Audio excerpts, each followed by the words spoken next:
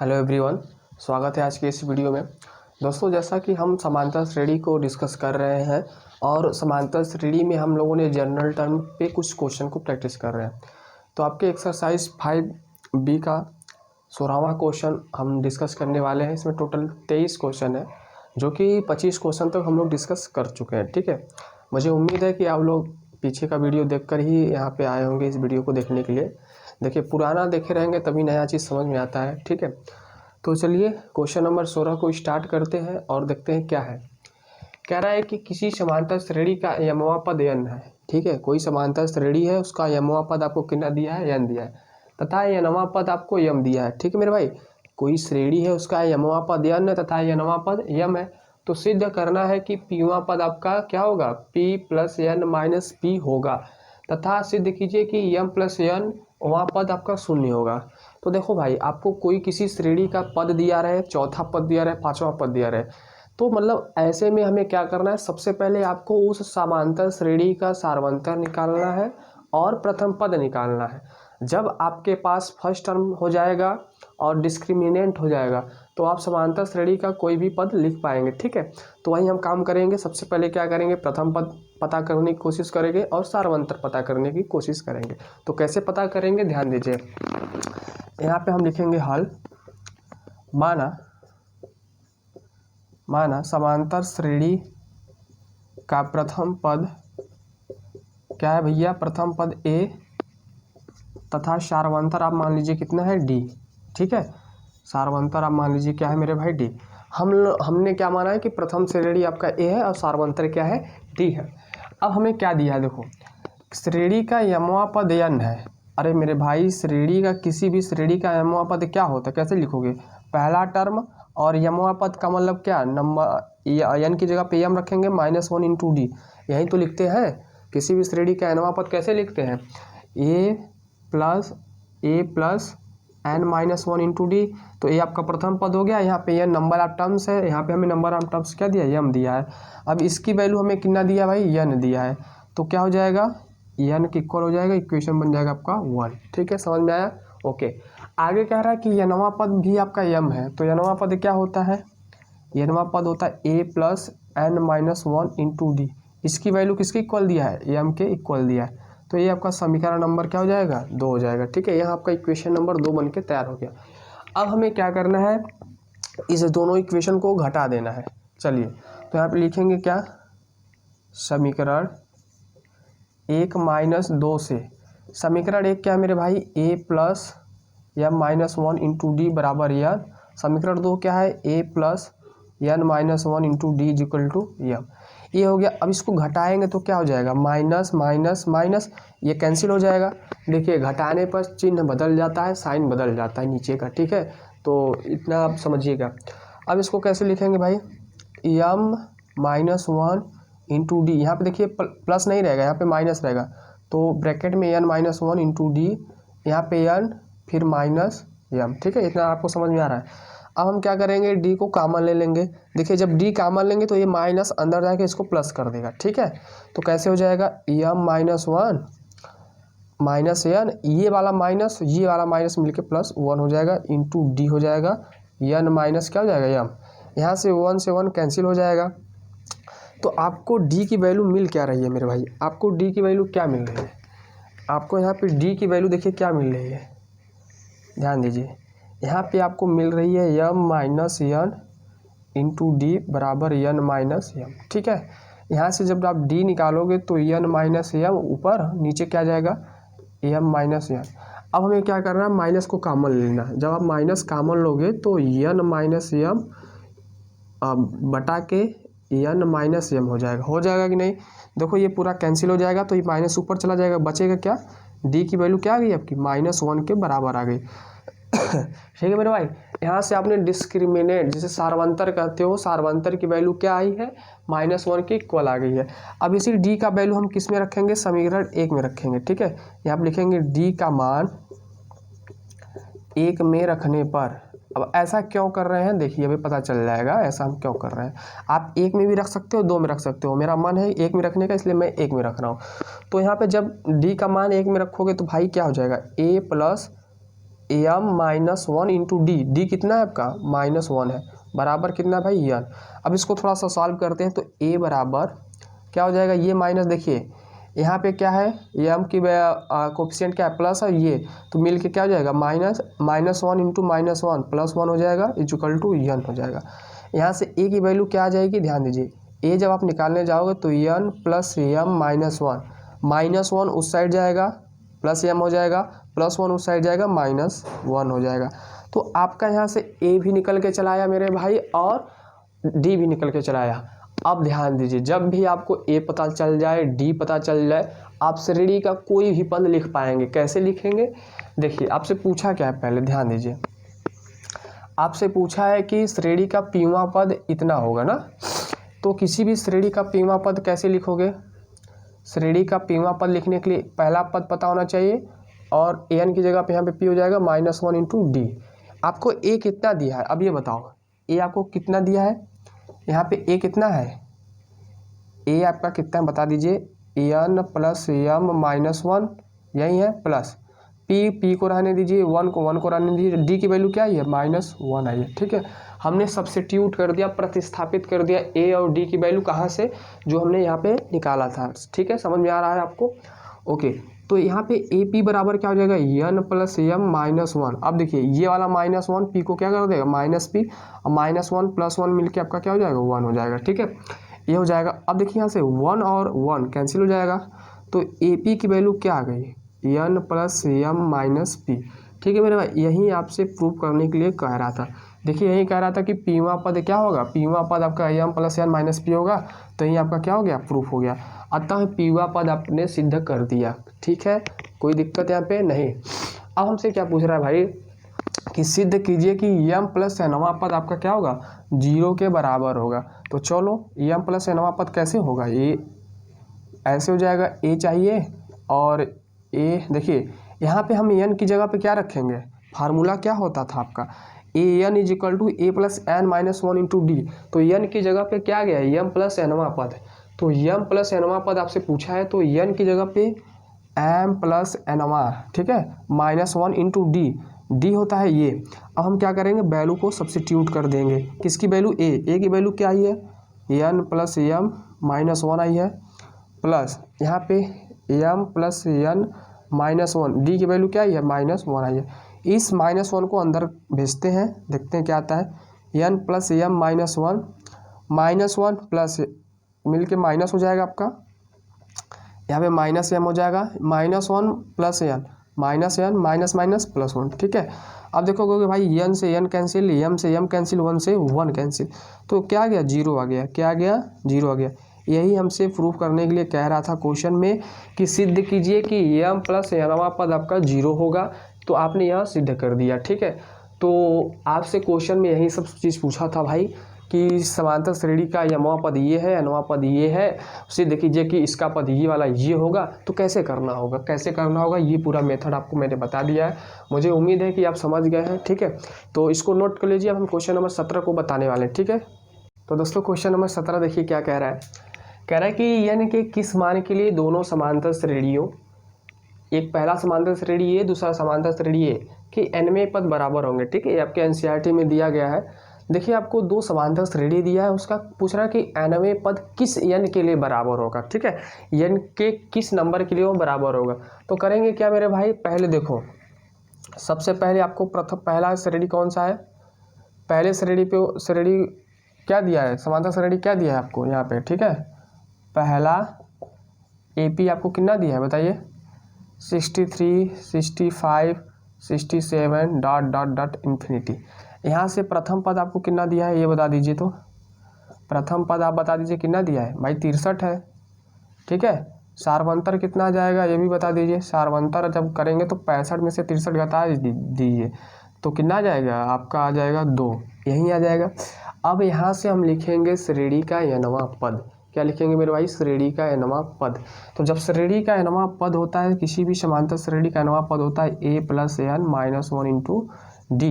ठीक है, अब हमें क्या करना है, a की वैल्यू कितनी दी है, 63 दी है, प्रथम पद यही तो है, प्लस n की वैल्यू हमें नहीं पता है, ओके।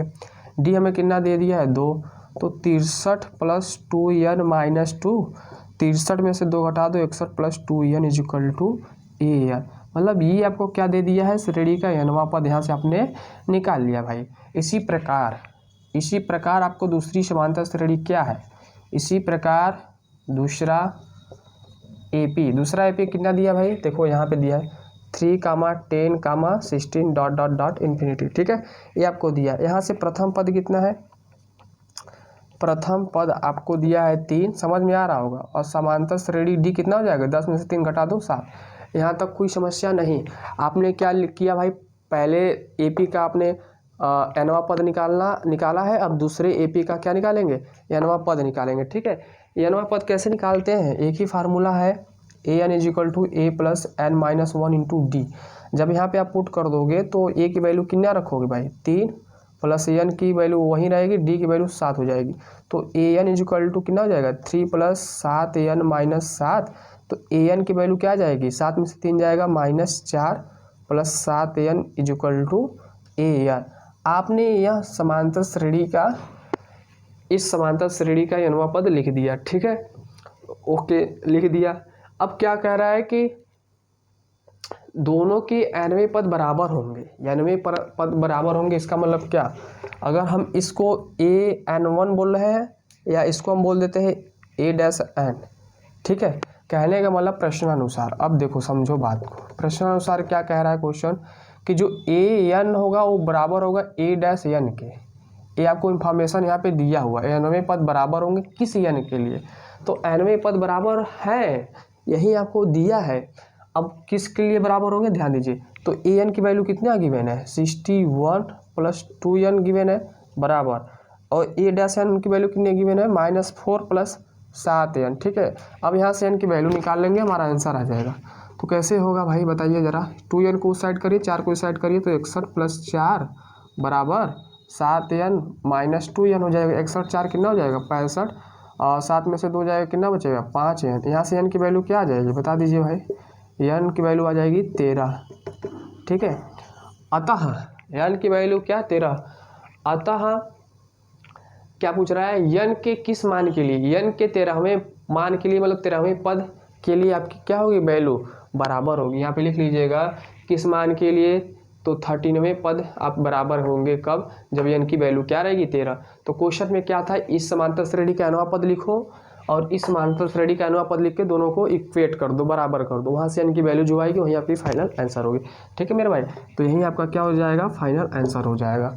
उम्मीद है आप ये क्वेश्चन समझ गए हैं। अब हम क्वेश्चन नंबर 18 को डिस्कस करने वाले हैं। आप इसको वीडियो को रोक कर इसको नोट कर लीजिए। ठीक, तो दोस्तों अब क्वेश्चन नंबर 18 और 19 इसी प्रकार से 23 क्वेश्चन आपको दिए गए, सारे डिस्कस करेंगे। क्वेश्चन नंबर 18 क्या कह रहा है कि वह एपी ज्ञात कीजिए जिसका तीसरा पद 16 है। ठीक है, एपी का मतलब होता है अरिथमेटिक प्रोग्रेशन, जिसको समांतर श्रेणी भी बोलते हैं। तो जिसका हमें तीसरा पद 16 दिया है और सातवां पद क्या कह रहा है, ध्यान से देखिए, सातवां पद पांचवें पद से कितना अधिक है, 12 अधिक है। ठीक है, आपको श्रेणी का, उस समांतर श्रेणी का तीसरा पद दिया है और कह रहा है कि सातवां जो पद है पांचवें पद से 12 ज़्यादा है। तो कैसे समझोगे इसको, ध्यान दो। पहले हम क्वेश्चन नंबर 18 डिस्कस करेंगे, उसके बाद 19 डिस्कस करेंगे। ठीक है, तो क्वेश्चन नंबर 18 का सॉल्यूशन आपका क्या हो जाएगा, यहाँ पे क्या दिया भाई, तीसरा पद क्या दिया है, पहले मान लेते हैं। माना एपी का प्रथम पद आपका कितना है भाई, ए है, और सार्वंतर कितना हो जाएगा, तब डी हो जाएगा। यहाँ से तीसरा पद कितना दिया है, A3 जब मैं लिखा करूँ, A2 लिखा करूँ, A5 लिखा करूँ, ये तो समझ में आ रहा है ना। A3 का मतलब होता है तीसरा पद आपको कितना दिया है, 7। और A3 को लिखते कैसे हो आप लोग, A plus 2D equal to 7। Sorry, यहाँ पे 16 दिया है, 7 नहीं दिया है, तीसरा पद कितना दिया है, 16 दिया है। ठीक है, तो ये आपका इक्वेशन नंबर 1 बन गया। यहाँ से आपने समीकरण नंबर 1 बना लिया। अब कह रहा है कि सातवां पद, तो श्रेणी का सातवां पद क्या होता है, सातवां पद होता है A प्लस 6D। ठीक है, यही होता है। ये आपका समीकरण नंबर क्या बन गया, 2। इसी प्रकार श्रेणी का पांचवा पद, तो श्रेणी का जो पांचवा पद होता है A प्लस 4D के बराबर होता है। ठीक है, ये आपका इक्वेशन नंबर 3 बन के तैयार हो गया। आपने श्रेणी का मतलब तीसरा पद आपने पता कर लिया, सातवां पद आप कर लिया और पांचवा पता कर लिया। अब आपसे कंडीशन क्या कह रहा है कि जो सातवां पद है पांचवें पद से कितना ज़्यादा है, 12 ज़्यादा है। जो सातवां पद है वो पांचवें पद से कितना ज़्यादा है, 12 ज़्यादा है। तो इसका कहने का मतलब ये हुआ कि पहले अकॉर्डिंग टू क्वेश्चन, ठीक है, ये लिखना बहुत ज़रूरी है, तभी आपके नंबर गेन होंगे, ठीक है। जो सातवां पद है भैया, सातवां पद क्या है, a+6d है, और पांचवा पद क्या है, a+4d है। अब देखो कह रहा है कि जो सातवां पद है पांचवें पद से 12 ज़्यादा है। कौन ज़्यादा है, ये ज़्यादा है। अब इक्वेशन कब बैलेंस रहता है, जब दोनों साइड LHS और RHS आपके क्या हो, इक्वल हो, तब आपके इक्वेशन क्या होते हैं, बैलेंस माने जाते हैं। तो मेरे भाई ये 12 पहले ज़्यादा है, तो हम काम क्या करें इसमें कि 12 इसमें घटा दें या तो 12 इसमें जोड़ दें, ठीक है। तो हम यही करते हैं कि 12 इसमें जोड़ देते हैं। अब यहाँ से देखो a से ये कैंसिल हो जाएगा, 4d को इस साइड लेके आओ तो माइनस हो जाएगा, 6d minus 4d is equal to 12। यहाँ से 6 में से 4 घटाओगे 2d आएगा, तो यहाँ से d की वैल्यू आ जाएगी 12/2, मतलब d आपका क्या आ जाएगा, d आपका आ जाएगा 6, ठीक है। d की वैल्यू क्या आ जाएगी आपकी 6, मतलब आपके पास सार्वंतर निकल के चला आया। सार्वंतर आपके पास क्या निकल के आया, 6 निकल के आया। अब इसी d का मान हम रखेंगे समीकरण 1 में, ताकि हमारा a भी निकल के चला आए। तो देखिए कैसे रख रहे हैं, d का मान 1 में रखने पर, ठीक है, d का मान किस में रखने पर, 1 में। तो 1 क्या है भाई, a+2d बराबर 16। तो a+2 इंटू डी की जगह क्या रखेंगे, 6 रखेंगे, बराबर 16। तो 6 दूनी 12 हो जाएगा, 12 साइड जाएगा, क्या हो जाएगा, -16 माइनस 12। a बराबर आपका क्या निकल के आया, a बराबर आपका 4 निकल के आया। मतलब आपको समांतर श्रेणी का प्रथम पद पता चल गया और उसका सार्वंतर पता चल गया। अब हमसे क्या पूछा था, क्या पूछा था भाई, वह AP ज्ञात करिए ना। अब AP ज्ञात करना है तो उसका प्रथम पद क्या हो गया, प्रथम पद आपका हो गया 4 और दूसरा पद क्या हो जाएगा, इसी प्रकार बताइए। दूसरा पद होता है a+d, a कितना है 4, d कितना है आपका 6, बराबर 6 4 10। तीसरा पद क्या हो जाएगा, बताते रहिए भैया, a+2d होता है, a की जगह पे 4 + 2 इंटू d कितना हो जाएगा 6, 6 दूनी 12 4 14 हो जाएगा। और चौथा पद इसी प्रकार क्या हो जाएगा बताइए, चौथा पद हो जाएगा a+3d, a की जगह पे 4 + 3 इंटू d की जगह 6, 6 × 18, 18 4 कितना हो जाएगा, 18 4 कितना हो जाएगा बताइए।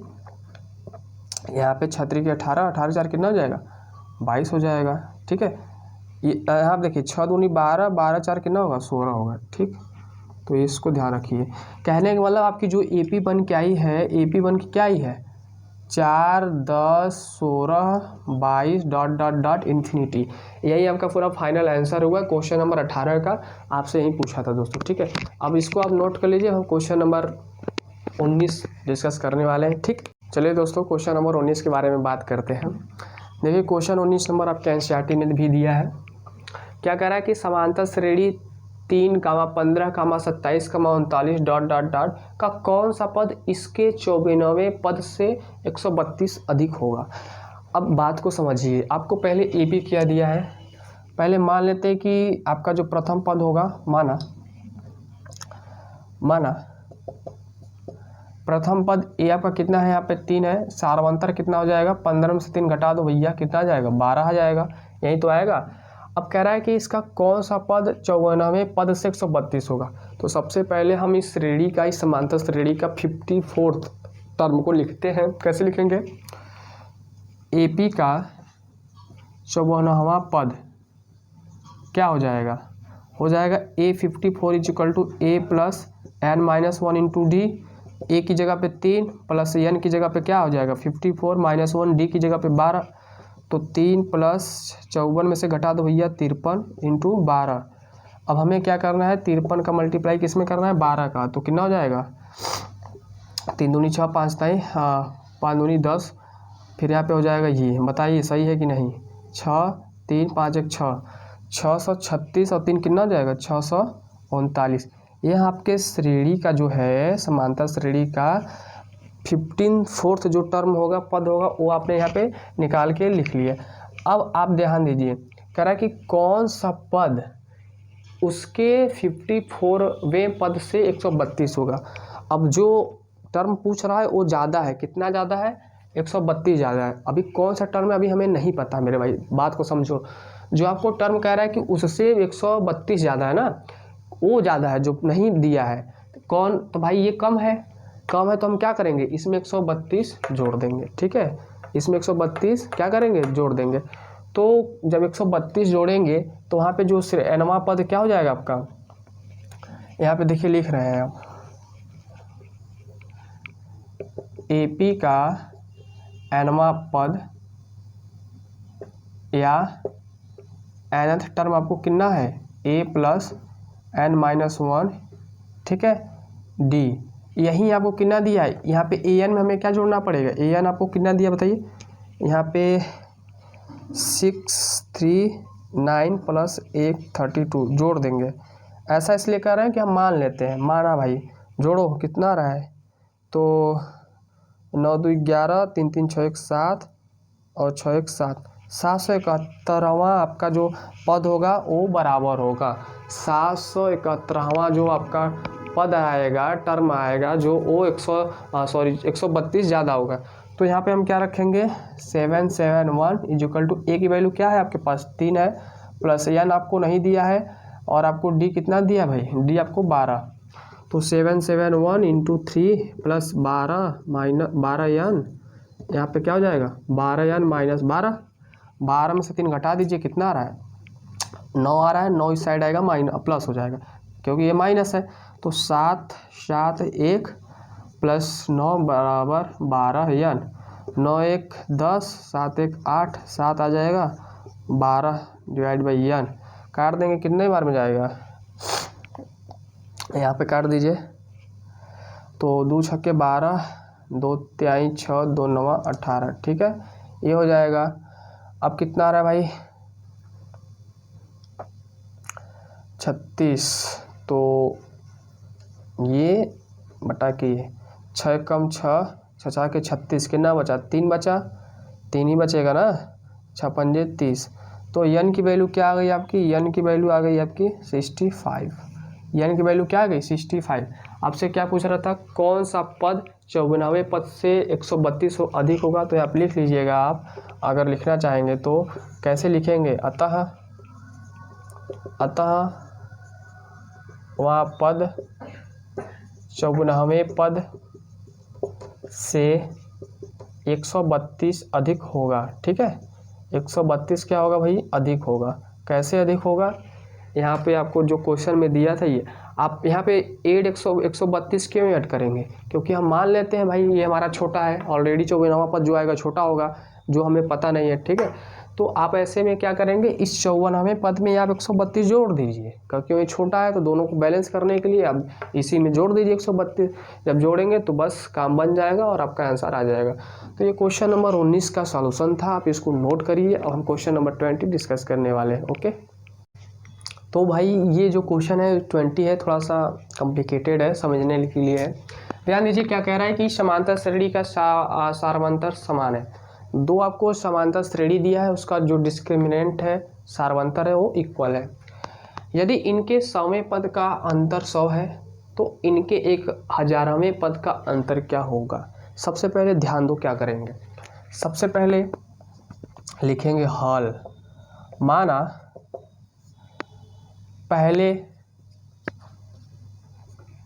AP का प्रथम पद A1 तथा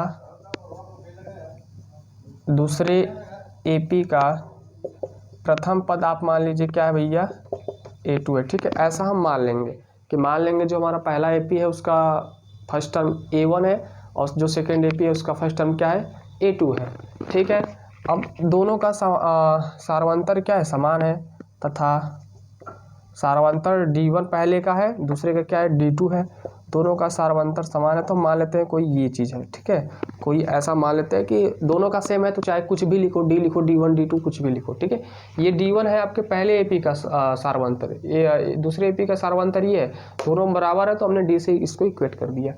अब हमें क्या करना है भाई, यदि इनके 100वें पद का अंतर 100 है तो लिखेंगे पहले जो पहला एपी है उसका 100वां पद क्या होगा। तो यहाँ पे ध्यान दीजिएगा,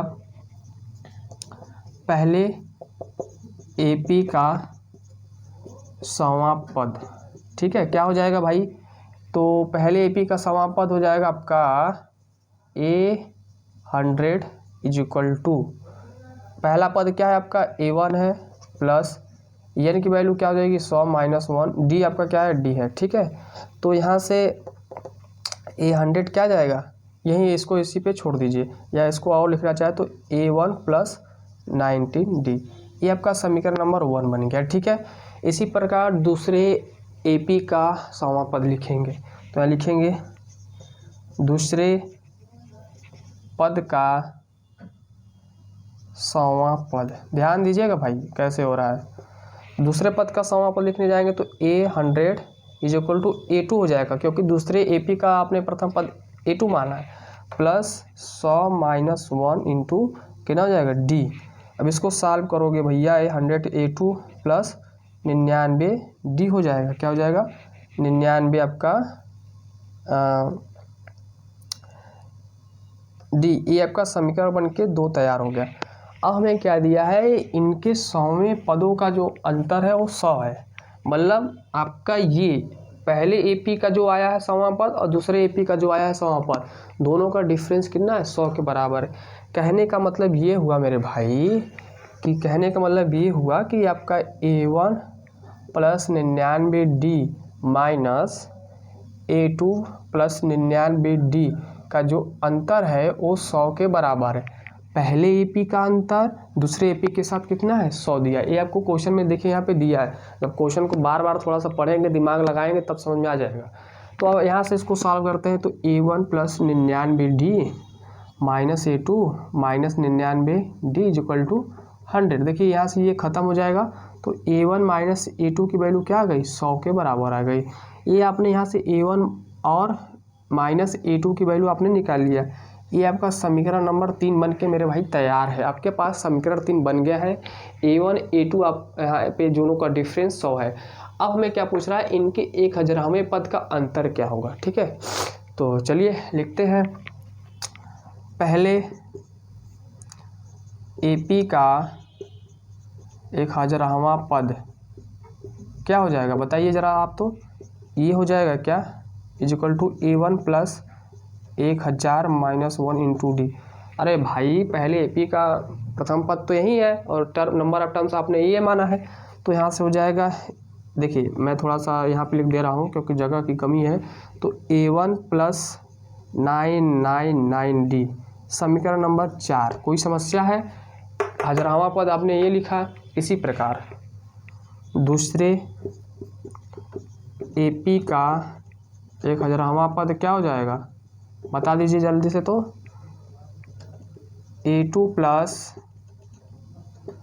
ये हो जाएगा, यहाँ से आ जाएगा A2 प्लस 999D, ये आपने निकाली है। अरे मेरे भाई मैं कुछ नहीं कर रहा हूँ, बस सीधा सीधा लिख रहा हूँ। आप देखिए ना, कहीं कुछ लिखे कोई कॉम्प्लिकेटेड है, बस समझने में कॉम्प्लिकेटेड है, लिखने में कोई कॉम्प्लिकेटेड नहीं है। तो डरिए मत, यहाँ पे बने रहेंगे तो ज़रूर सीखेंगे, ठीक है। आप लोगों के पास डॉक्टर मनोहरी बुक होगा तो देखिएगा, क्वेश्चन नंबर 20 आपका यही है और जो कि एनसीईआरटी में भी गिवन है, तो थोड़ा सा समझना पड़ेगा ही। ये नहीं है कि छोड़ के भाग जाएंगे भाई, पढ़ना है तो पढ़िए, फिर समझ में आ गया, कोटा मत पूरा करिए, सीखिए। जो जो कहा है हम वहीं वहीं करते चले जा रहे हैं, जो जो आपसे क्वेश्चन में कहा है वहीं सीधे सीधे करते चले जा रहे हैं, जो जो यहाँ पे किए हैं अब उसी से रिजल्ट आएगा, ठीक है। अब देखिए क्या होगा, अब हम करेंगे समीकरण 4 और 5 का डिफरेंस, क्योंकि पूछा क्या है, इनके 1000वें पदों का अंतर क्या होगा। तो मेरे भाई प्रश्नानुसार यहाँ पे लिख लीजिएगा, जगह थोड़ा कम है इसलिए मैं लिख नहीं रहा हूँ, लेकिन यहाँ पे लिख लीजिएगा प्रश्नानुसार इक्वेशन आई भी माइनस इक्वेशन भी, ठीक है। तो क्या हो जाएगा यहाँ पे बताइए, इक्वेशन 1 आपका ये है A1 प्लस 999D माइनस ये A2 प्लस 99D, इसका हमें क्या पूछ रहा है, अंतर पूछ रहा है, ठीक है। इसका हमें क्या पूछ रहा है, अंतर पूछ रहा है क्या होगा। तो चलिए इसको ओपन करते हैं। देखिए A1 plus 99D minus A2 minus 999D, ये तो ख़त्म हो जाएगा। तो A1 माइनस A2। अब मेरे भाई यहाँ पे देखो, इसका अंतर जो है मान लेते हैं क्या है, K है, माना। यहाँ पे हम फिर से मान लेते हैं, मानते हैं कि जो एक अक्षरवें पद का जो अंतर है K है, ये आप एज्यूम कर लीजिए K कोई कांस्टेंट है, क्या है नहीं पता। तो यहाँ भी K इक्वल आ जाएगा, और यहाँ भी ये A1 माइनस A2 किसके इक्वल आ जाएगा, K इक्वल आ जाएगा। दोस्तों समीकरण ए जो आप तीसरा निकाले थे, तो वहाँ से A1 माइनस A2 किसके बराबर था, 100 के बराबर था। ठीक है, A1 माइनस A2 किसके बराबर था, 100। तो यहाँ पे हम K की जगह पे क्या कर देंगे, K की जगह पे 100 रख देंगे। तो A1 माइनस A2 बराबर क्या हो जाएगा, 100 हो जाएगा। तो आपसे यही पूछा था कि उनके 1000वें पदों का अंतर क्या होगा। तो 1000वें पदों का अंतर क्या होगा, 100 होगा। क्या होगा, 100 होगा। यही आपका फाइनल आंसर है, क्या होगा, 100। तो लिखिएगा, अतः दिए गए समांतर, दोनों समांतर श्रेणी के 1000वें पद का अंतर कितना होगा, 100 होगा। आप ऐसा लिख लीजिएगा। ठीक है, मुझे उम्मीद है कि यह क्वेश्चन आपको समझ में आ रहा है, और इसी प्रकार से अब हम आगे क्वेश्चन बताते हैं। ठीक है, आप इसको नोट कर लीजिए। दोस्तों क्वेश्चन नंबर 21 देखते हैं क्या कहता है। यह आपके एनसीईआरटी में है, तो एनसीईआरटी के ही क्वेश्चन इस एक्सरसाइज में है आपके पास। ठीक है, चलिए देखिए क्या कह रहा है। किसी समांतर श्रेणी के चौथे और 8वें पदों का योग कितना है, 24 है। आपको कोई AP दिया है, उसके जो चौथा पद है, और भैया कौन सा 8वां पद है, उसका जो सम है, योग का मतलब होता है सम या जोड़, तो 24 दिया है। तथा छठे और 10वें पदों का योग कितना दिया है, 44 दिया है। तो आपसे पूछ रहा है कि उस श्रेणी का, उस समांतर श्रेणी के प्रथम 3 पद। ठीक है, अब देखिए क्या करना है। क्वेश्चन आसान है लेकिन समझने के लिए है। देखिए, माना प्रथम पद A तथा सार्वंतर कितना हो जाएगा भैया, तथा सार्वंतर जो आपका हो जाएगा कितना हो जाएगा, D हो जाएगा। अब ध्यान दीजिए कि समांतर श्रेणी का चौथा पद, समांतर श्रेणी का चौथा पद क्या होता है, चौथा पद आपका होता है क्या, A4 होता है। तो A4 को लिखते कैसे हो आप लोग, A4 होता है A प्लस 3D होता है। ये 3D कहाँ से आया, आपको अगर नहीं आ रहा तो भाई देख लीजिए। चौथा पद लिखा जाता है A plus n minus 1 into D से। तो A की n की जगह पे 4 है, तो A plus 4 minus 1 into D, तो A प्लस 3D। ठीक है, तो यही डायरेक्ट लिखा जाता है। तो ये सब आना चाहिए आप लोगों को। चलिए, तो चौथा पद आपका कितना आ गया, A प्लस 3D आ गया। अब देखिए क्या कह रहा है, अब कह रहा है कि 8वां पद, भाई यहाँ से 8वां पद लिख लीजिए। 8वां पद, तो 8वां पद क्या हो जाएगा, A8 इक्वल टू हो जाएगा A प्लस 7D। ठीक है, अब हमें क्या करना है, दोनों का सम, दोनों का योग कितना है, 24 है। तो यहाँ पे प्रश्नानुसार हो जाएगा आपका, जो क्या हो जाएगा प्रश्नानुसार, भाई A plus 3D plus A plus 7D का जो योग है कितना है, 24 है। यहाँ से A मिलके 2A हो जाएगा, और 7 3 10D हो जाएगा, बराबर 24। 2 से भाग दे दीजिए, तो A plus 5D equal to 12। ये आपका समीकरण 1 बन के रेडी। समझ में आया, किसी को कोई दिक्कत बताइए जल्दी से, कोई समस्या नहीं, समस्या है, क्यों समस्या होगी यार, इतने में कोई समस्या हो सकती है, नहीं हो सकती है। अगर आप पढ़ रहे हो तो इतने में कोई समस्या नहीं होगी, मुझे उम्मीद है पूरा।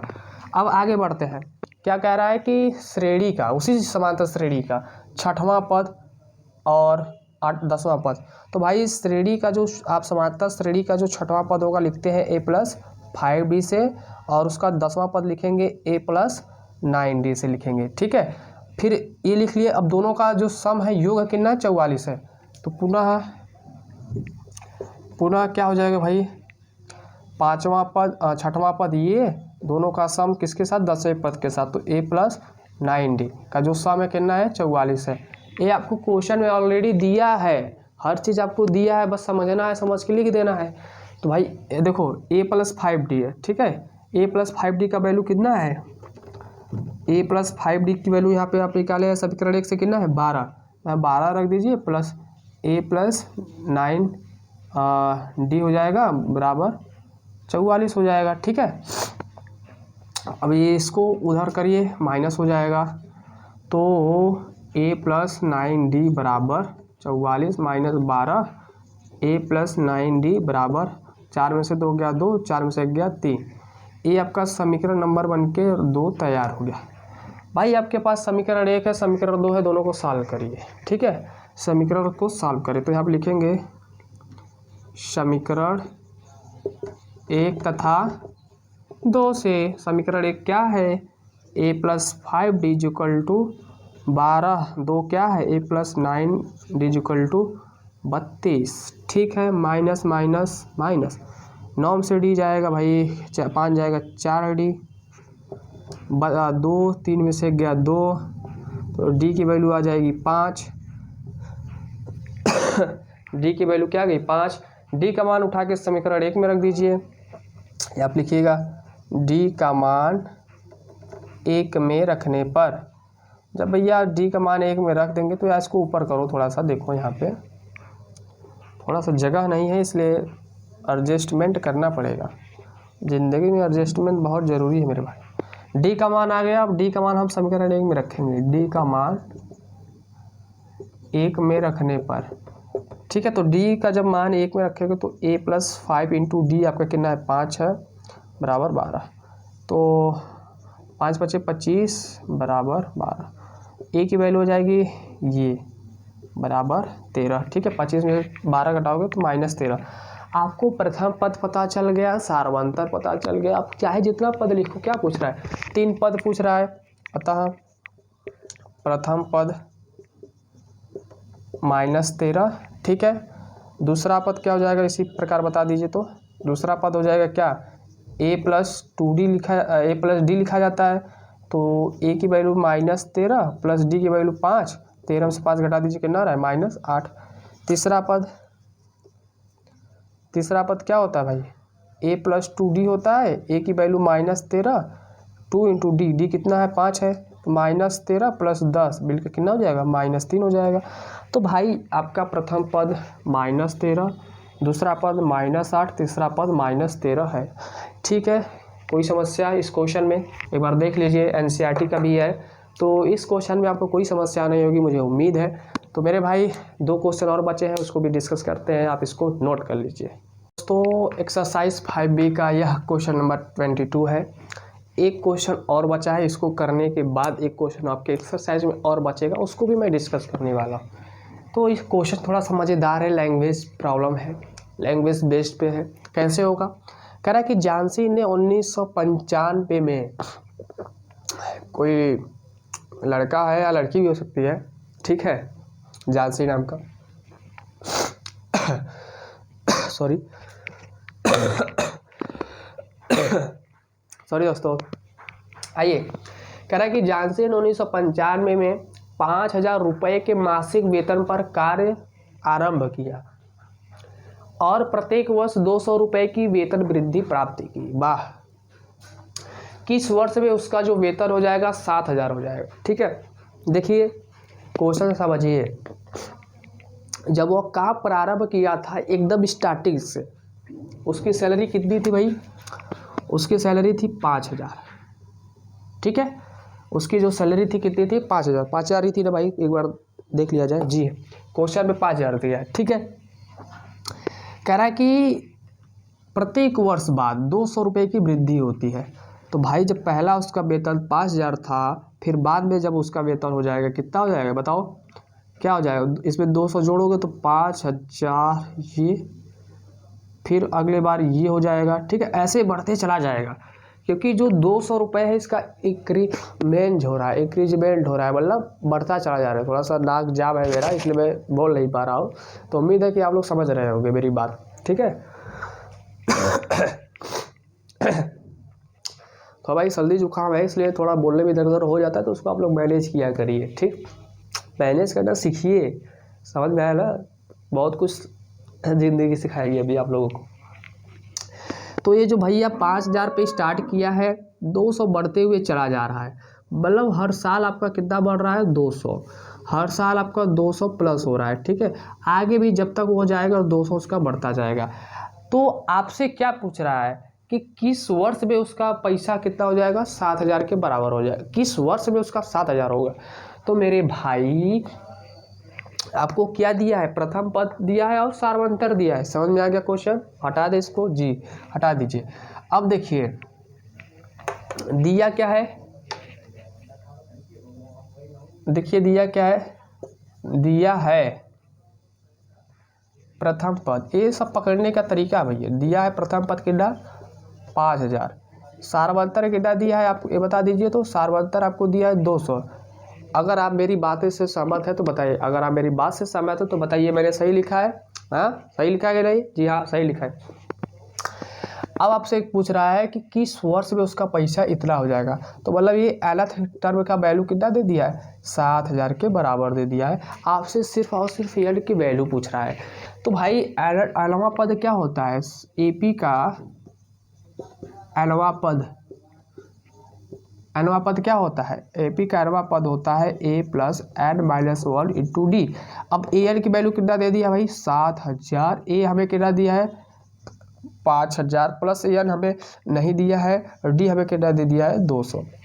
तो 7000 बराबर 5000 प्लस 200 एन माइनस 200।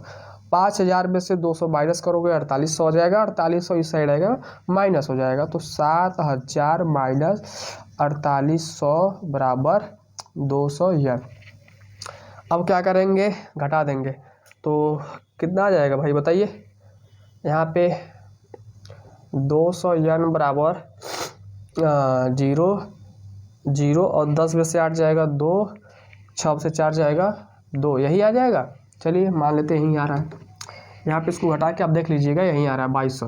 तो यहाँ से एन की वैल्यू हो जाएगी 2200 बटा के 200, 0 से 0 उड़ा दीजिए, एन की वैल्यू 22 बटा के 2 उड़ा दीजिए, एन की वैल्यू क्या आ गई 11। अर्थात आपका जो सैलरी 7000 होगा किस वर्ष में होगा, 11वें वर्ष में। तो क्या लिखेंगे, अतः 11वें वर्ष में उसका वेतन 7000 होगा।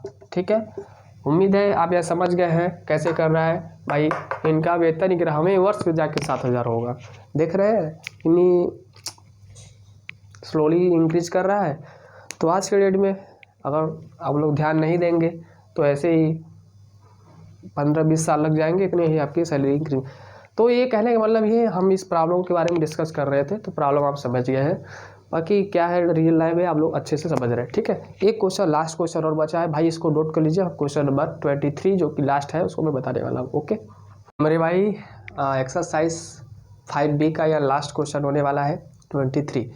देखिए क्या कह रहा है कि रामकली ने किस वर्ष के, किसी वर्ष, यहाँ पे लिखा है किसी वर्ष लिखा है। ठीक है, यहाँ पे लिखा है किसी वर्ष। ठीक है, राम ने किसी वर्ष के प्रथम सप्ताह में 5 रुपए की बचत की। ठीक है, समझ गए। और फिर अपनी साप्ताहिक बचत 1.75 रुपये बढ़ाती गई। उसकी जो फर्स्ट ईयर में मतलब फर्स्ट वीक में जो उसका क्या था भाई, बचत किया था 5, और उसके बाद साप्ताहिक उसकी जो बचत हो गई इतना हो गई। यदि एनवें सप्ताह में उसकी साप्ताहिक बचत इतना हो जा रहा है, एनवें सप्ताह में उसकी जो टोटल बचत इतना हो जा रहा है, तो आपको एन की वैल्यू बताना है दोस्तों। अगर आप क्वेश्चन नंबर 22 समझ चुके हैं तो 23वां करने में कोई दिक्कत नहीं होगा। यहाँ पे भी आपको प्रथम पद और सारांतर दे दिया गया है। तो क्या दिया भाई, देखिए पहले सप्ताह में बचत, सप्ताह में बचत कितना भाई बताओ, 5 रुपये। इसी प्रकार दूसरे सप्ताह में बचत कितना हो जाएगा,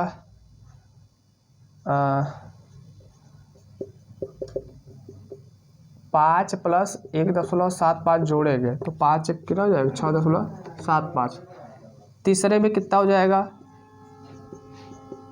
तीसरे में हो जाएगा आपका 6.75 प्लस 1.75। तो जोड़ दीजिए भाई, 5 5 10 और 7 7 14 15, कैरी लगा 1, 6 1 7 1 8 हो जाएगा। ठीक है, इसी तरह आपका बढ़ता हुआ चला जाएगा, इसी प्रकार आपका बढ़ता हुआ चला जाएगा। तो आपको एपी क्या मिली, इसी प्रकार आपका बढ़ता चला जाएगा। तो एपी आपको मिली क्या 5,6,75,8,5,0 उम्मीद है ये बात आप समझ रहे हैं कि मैंने ऐसा क्यों लिखा, क्योंकि पहले सप्ताह में उसका 5 रुपये बच रहा है, दूसरे सप्ताह में इतना, तीसरे सप्ताह में इतना। ठीक है। AP आपका यहाँ पता चल गया। तो प्रथम पद आप बता दीजिए जरा, यहाँ से क्या होगा। प्रथम पद आपका हो जाएगा 5 और सार्वंतर कितना हो जाएगा, 1.75 हो जाएगा। ठीक है, क्योंकि जो वृद्धि हो रही है यही तो बढ़ रही है, हर चीज़ में सभी में यही तो बढ़ती चली जा रही है ऐसे ऐसे। तो ये आपको मिल गया भाई। अब आपको क्या कर रहा है, पूरी साप्ताहिक बचत उसके कितनी है, मतलब AN की वैल्यू कितनी दी है, 20.75 ये आपको दिया है। आपसे क्या पूछ रहा है, एनवे का मान, एनवे सप्ताह में कितना बचाएगा। तो मेरे भाई AN इक्वल टू होता है A + n-1 × D। AN आपको दे दिया है 20.75 बराबर A की वैल्यू कितना है 5 प्लस AN आपसे पूछ रहा है D की वैल्यू कितना है 1.75, अंदर मल्टीप्लाई करो तो 20.75 5 प्लस 1.75 n, ये आप देखिए 75 है, n है। ठीक है, n तो 1.75 हो जाएगा। अब क्या करेंगे, 5 में से इसको माइनस कर दो, तो 5 में से आप 1.75 को माइनस करोगे तो 5 और 9 से 7 जाएगा 2, 4 में से 1 जाएगा 3, 3.25 आ जाएगा। ठीक है, अब 3.25 आपका इस साइड आके माइनस हो जाएगा, तो 20.75 माइनस 3.25 बराबर 1.75 n हो जाएगा। अब हमें 20 में ये वाली क्वांटिटी इसको माइनस कर दो, तो 0, 7 में से 2 जाएगा 5 और 20 में से ये जाएगा 17 बराबर 1.75 n हो जाएगा। यहाँ से मेरे भाई n की वैल्यू क्या आ जाएगी बता दीजिए आप लोग। तो n की वैल्यू आ जाएगी, यह क्या करते हैं 100 से मल्टीप्लाई करते हैं, डिवाइड करते हैं। तो देखिए यहाँ भी पॉइंट सेम है, यहाँ भी पॉइंट सेम है, तो पॉइंट कट जाएगा, तो बचेगा आपका क्या, बता दीजिए क्या बचेगा, 1,750,175 कट के आपकी 10 आ जाएगी। अब इसको डिवाइड करोगे तो n की वैल्यू 10, अर्थात n बराबर आपका क्या आ गया 10 आ गया, अर्थात n की वैल्यू आपकी क्या आ गई 10, मतलब कि 10वें सप्ताह में उसकी साप्ताहिक बचत इतना हो जाएगा। अतः लिखेंगे क्या, अतः 10वें सप्ताह में कुल बचत कितना भैया 20.75 रुपये होगा। ठीक है, तो भाई एक्सरसाइज 5B के आपका 23वें क्वेश्चन का पूरा सॉल्यूशन इस प्रकार से है, जो कि बेहद आसान था। अगर आप पिछला वाला जो क्वेश्चन था 22वां समझ गए तो ये क्वेश्चन आपके लिए बहुत आसान था। तो आपका यहाँ पे ये चैप्टर का एक्सरसाइज होता है समाप्त। अब हम बात करेंगे आगे के लिए अगले वीडियो में कि किसी भी समांतर श्रेणी के जो पद दिए जाते हैं उनका योग क्या होता है। ठीक है, समझ में आ रहा है, योग का मतलब होता है सब। तो किसी भी समांतर श्रेणी का हम क्या करेंगे, पदों को जोड़ सीखेंगे, योग सीखेंगे सब। आप एट टर्म्स ऑफ एनएपी मतलब समांतर श्रेणी के एनएपी पद का योगफल क्या होगा इसके बारे में डिस्कस करेंगे। फिर उसके बाद आपका आ जाएगा एक्सरसाइज 5C। तो इस चीज़ को हम लोग सीखेंगे नेक्स्ट वीडियो में। तब तक के लिए पढ़ते रहिए और आगे बढ़ते रहिए। Thank you so much.